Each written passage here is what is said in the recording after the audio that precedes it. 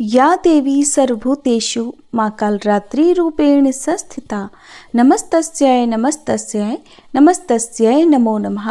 आप सभी पर माँ कालरात्रि की कृपा सदा बनी रहे। माँ कालरात्रि आप सभी की मनोकामनाएं पूर्ण करे। आज नवरात्रि के 7वें दिन माँ भगवती के कालरात्रि रूप की पूजा का विधान है और माँ कालरात्रि का ये रूप अत्यंत ही भयानक है और अपने भक्तों की रक्षा करने के लिए माँ कालरात्रि सदैव तत्पर रहती हैं, इसलिए इन्हें शुभांकरी भी कहा जाता है। प्रिय श्रोताओं, अब आप सुनेंगे माँ कालरात्रि की संपूर्ण कथा, साथ ही सुनेंगे महिषासुर मर्दिनी स्तोत्र का हिंदी अनुवाद। जो भी भक्त नवरात्रि के पूरे 9 दिन तक सच्चे मन से लगातार महिषासुर मर्दिनी स्तोत्र का पाठ करता है अथवा सुनता है और दूसरों को सुनाता है, माँ भगवती की कृपा से उनकी सारी मनोकामनाएं पूर्ण हो जाती हैं। माँ कालरात्रि की 4 भुजाएं हैं। ऊपर की दाहिनी भुजा से माँ भक्तों को वर प्रदान करती हैं, निचली दाईं भुजा से अभय देती हैं, जबकि बाईं भुजाओं में माँ खड्ग और कटीला मूसल धारण करती हैं। माँ कालरात्रि के केश खुले हुए हैं और गले में बिजली की माला शोभा पा रही है। ऐसा लगता है मानो बिजली चमक रही हो।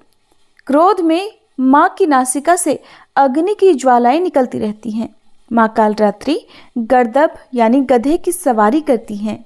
माँ कालरात्रि के इस भयंकर स्वरूप को देखकर असुर और नकारात्मक शक्तियां भयभीत रहती हैं, लेकिन माता कालरात्रि अपने भक्तों पर परम अनुकंपा दर्शाने वाली हैं। भक्तों के लिए सुलभ और ममतामयी होने के कारण माता को शुभंकरी भी कहा जाता है।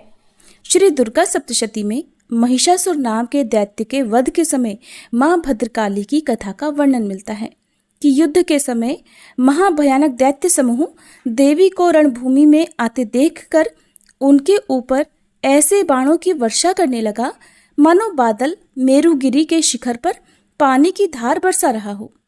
तब देवी ने अपने बाणों से उस बाण समूह को अनायास ही काटकर उसके घोड़े और सारथियों को भी मार डाला। साथ ही उसके धनुष और अत्यंत ऊंची ध्वजा को भी तुरंत काट गिराया। धनुष कट जाने पर उसके अंगों को अपने बाणों से बींध डाला और भद्रकाली ने शूल का प्रहार किया। उससे राक्षस के शूल के सैकड़ों टुकड़े हो गए और वह महादैत्य प्राणों से हाथ धो बैठा। इसी प्रकार चंड और मुंड के वध के लिए मां विकराल मुखी काली प्रकट हुई। मार्कंडेय ऋषि कहते हैं कि इसके बाद शुंभ की आज्ञा पाकर वे चंड मुंड आदि दैत्य चतुरंगिणी सेना के साथ अस्त्र शस्त्रों से सुसज्जित होकर चल पड़े। फिर गिरिराज हिमालय के स्वर्णमय ऊंचे शिखर पर पहुंचकर उन्होंने सिंह पर बैठी देवी को देखा। उन्हें देखकर दैत्य लोग तत्परता से उन्हें पकड़ने का प्रयास करने लगे। तब देवी अंबिका ने उन शत्रुओं के प्रति बड़ा क्रोध किया। उस समय क्रोध के कारण उनका मुख काला पड़ गया, ललाट में भौहें टेढ़ी हो गई और वहीं से तुरंत विकराल मुखी काली प्रकट हुई, जो तलवार और पाश लिए हुए थी। वे विचित्र खडवांग धारण किए और चीते के चर्म की साड़ी पहने नरमुंडों की माला से विभूषित थीं। उनके शरीर का मांस सूख गया था, केवल हड्डियों का ढांचा था, जिससे वे अत्यंत भयंकर जान पड़ती थीं। उनका मुख बहुत विशाल था। जीभ लपलपाने के कारण वह और भी डरावनी लग रही थी। उनकी आंखें भीतर को धंसी हुई और कुछ लाल थीं। वे अपनी भयंकर गर्जना से संपूर्ण दिशाओं को गुंजा रही थी। बड़े बड़े दैत्यों का वध करती हुई वे कालिका देवी बड़ी तेजी से दैत्यों की उस सेना पर टूट पड़ी और उन सबको खाने लगी। तीनों लोकों में राक्षस शुंभ, निशुंभ और रक्तबीज दैत्य ने हाहाकार मचा रखा था। सभी देवतागण चिंतित थे। सभी देवी देवता मिलकर भगवान शिव के पास गए और रक्षा की प्रार्थना की। तब महादेव ने मां पार्वती से असुरों का संहार कर अपने भक्तों की रक्षा करने के लिए कहा। इसके बाद माता पार्वती ने दुर्गा जी का रूप धारण किया और शुंभ निशुंभ का वध कर दिया। अब देवी के सामने असली चुनौती राक्षस रक्तबीज ने पेश की। जैसे ही मां दुर्गा रक्तबीज को मारती और उसके खून की बूंदें धरती पर गिरती, वैसे ही उसके ही जैसे लाखों रक्तबीज पैदा हो जाते, जिससे माता क्रोधित हो गई उनका वर्ण श्यामल हो गया और इसी स्वरूप से माँ कालरात्रि का प्रकट हुआ। दैत्य रक्तबीज एक ऐसा दानव था जिसे ये वरदान मिला हुआ था कि जब जब उसके रक्त की एक बूंद भी धरती पर गिरेगी तब हर बूंद से एक नया रक्तबीज जन्म ले लेगा, जो कि रूप और शक्ति में उसी के समान होगा।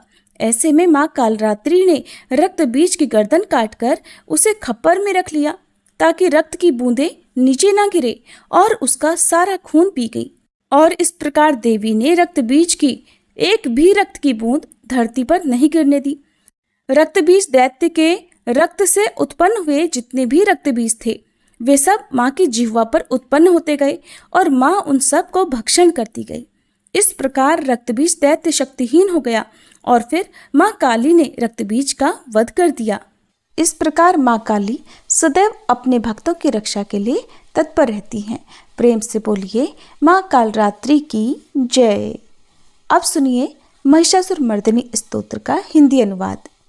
हे हिमालय राज की पुत्री, हे गिरिजा देवी, विश्व को आनंदित करने वाली देवी, नंदीगणों द्वारा पूजित गिरिश्रेष्ठ विंध्याचल के शिखर पर निवास करने वाली देवी, अपनी लीला से भगवान श्री विष्णु को प्रसन्न करने वाली, इंद्रदेव के द्वारा नमस्कृत भगवान नीलकंठ की पत्नी, विश्व में विशाल कुटुंब वाली और विश्व को संपन्नता देने वाली, हे महिषासुर का मर्दन करने वाली भगवती, अपने बालों की लता से आकर्षित करने वाली पर्वत की पुत्री, आपकी जय हो, जय हो, जय हो। देवों को वरदान देने वाली, दुर्धर और दुर्मुख असुरों को मारने वाली और स्वयं में ही हर्षित रहने वाली, तीनों लोकों का पोषण करने वाली, शंकर जी को संतुष्ट करने वाली, पापों को हरने वाली और घोर गर्जना करने वाली, दानवों पर क्रोध करने वाली, अहंकारियों के घमंड को सुखा देने वाली, समुद्र की पुत्री, हे महिषासुर का मर्दन करने वाली, अपने बालों की लता से आकर्षित करने वाली पर्वत की पुत्री, आपकी जय हो, जय हो, जय हो। हे जगत माता, हे मेरी माँ, प्रेम से कदम्ब के वन में वास करने वाली, हास्य भाव में रहने वाली, हिमालय के शिखर पर स्थित, अपने भवन में विराजित, मधु की तरह मधुर, मधु कैटभ का मद नष्ट करने वाली, महिष को विदीर्ण करने वाली, सदा युद्ध में लिप्त रहने वाली, हे महिषासुर का मर्दन करने वाली, अपने बालों की लता से आकर्षित करने वाली पर्वत की पुत्री, आपकी जय हो, जय हो, जय हो। शत्रुओं के हाथियों की सूंड काटने वाली और उनके 100 टुकड़े करने वाली, जिनका सिंह शत्रुओं के हाथियों के सर अलग अलग टुकड़े कर देता है, अपनी भुजाओं के अस्त्रों से चंड और मुंड के शीश काटने वाली, हे महिषासुर का मर्दन करने वाली और अपने बालों की लता से आकर्षित करने वाली पर्वत की पुत्री, आपकी जय हो, जय हो, जय हो।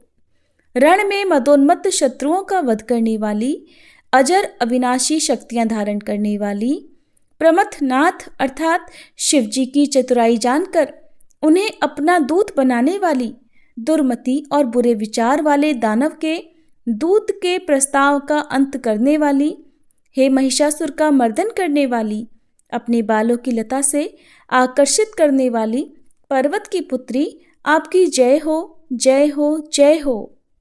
शरणागत शत्रुओं की पत्नियों के आग्रह पर उन्हें अभयदान देने वाली, तीनों लोकों को पीड़ित करने वाले, दैत्यों पर प्रहार करने योग्य त्रिशूल धारण करने वाली, देवताओं की दुंदुभी से दुमी दुमी की ध्वनि को सभी दिशाओं में व्याप्त करने वाली, हे महिषासुर का मर्दन करने वाली, अपने बालों की लता से आकर्षित करने वाली पर्वत की पुत्री, आपकी जय हो, जय हो, जय हो। मात्र अपनी हुंकार से धूम्र लोचन राक्षस को धूम्र अर्थात धुएं के समान भस्म करने वाली, युद्ध में कुपित रक्तबीज के रक्त से उत्पन्न अन्य रक्तबीजों का रक्त पीने वाली, शुंभ और निशुंभ दैत्यों की बलि से शिव जी और भूत प्रेतों को तृप्त करने वाली, हे महिषासुर का मर्दन करने वाली, अपनी बालों की लता से आकर्षित करने वाली पर्वत की पुत्री, आपकी जय हो, जय हो, जय हो। युद्ध भूमि में जिनके हाथों के कंगन धनुष के समान चमकते हैं, जिनके सोने के तीर शत्रुओं को विदीर्ण करके लाल हो जाते हैं और उनकी चीखें निकालते हैं। चारों प्रकार की सेनाओं, हाथी, घोड़ा, पैदल, रथ का संहार करने वाली, अनेक प्रकार की ध्वनि करने वाले, बटुकों को उत्पन्न करने वाली, हे महिषासुर का मर्दन करने वाली, अपने बालों की लता से आकर्षित करने वाली पर्वत की पुत्री, आपकी जय हो, जय हो, जय हो। देवांगनाओं के तत था थेई थेई आदि शब्दों से युक्त भावमय नृत्य में मग्न रहने वाली, कु कुथ अड्डी विभिन्न प्रकार की मात्राओं वाले, ताल वाले स्वर्गीय गीतों को सुनने में लीन, मृदंग की धू धुकुट धीमी धीमी आदि गंभीर ध्वनि सुनने में लिप्त रहने वाली, हे महिषासुर का मर्दन करने वाली, अपने बालों की लता से आकर्षित करने वाली पर्वत की पुत्री, आपकी जय हो, जय हो, जय हो।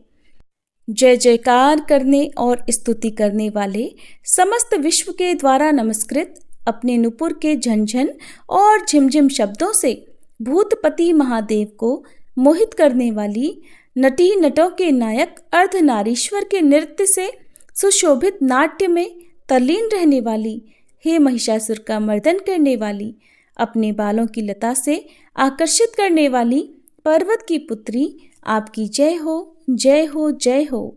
आकर्षक कांति के साथ अति सुंदर मन से युक्त और रात्रि के आश्रय अर्थात चंद्रदेव की आभा को अपने चेहरे की सुंदरता से फीका करने वाली, काले भंवरों के समान सुंदर नेत्रों वाली, हे महिषासुर का मर्दन करने वाली, अपने बालों की लता से आकर्षित करने वाली पर्वत की पुत्री, आपकी जय हो, जय हो, जय हो।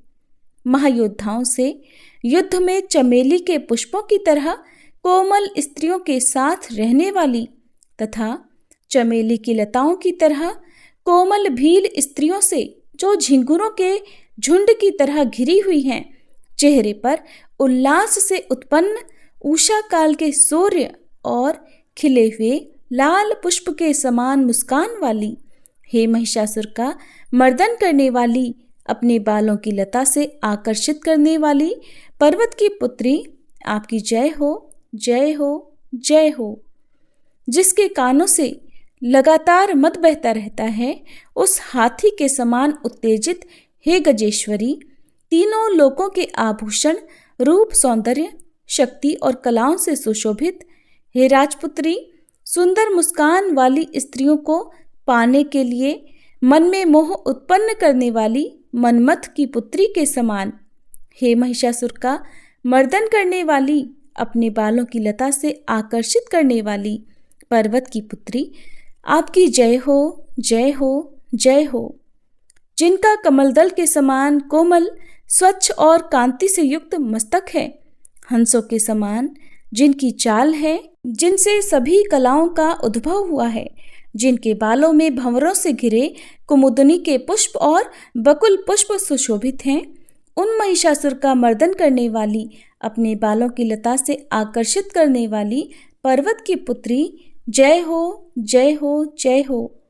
जिनके हाथों की मुरली से बहने वाली ध्वनि से कोयल की आवाज भी लज्जित हो जाती है, जो खिले हुए फूलों से रंगीन पर्वतों से विचरती हुई पुलिंद जनजाति की स्त्रियों के साथ मनोहर गीत गाती हैं, जो सद्गुणों से संपन्न शबरी जाति की स्त्रियों के साथ खेलती हैं, उन महिषासुर का मर्दन करने वाली, अपने बालों की लता से आकर्षित करने वाली पर्वत की पुत्री, आपकी जय हो, जय हो, जय हो।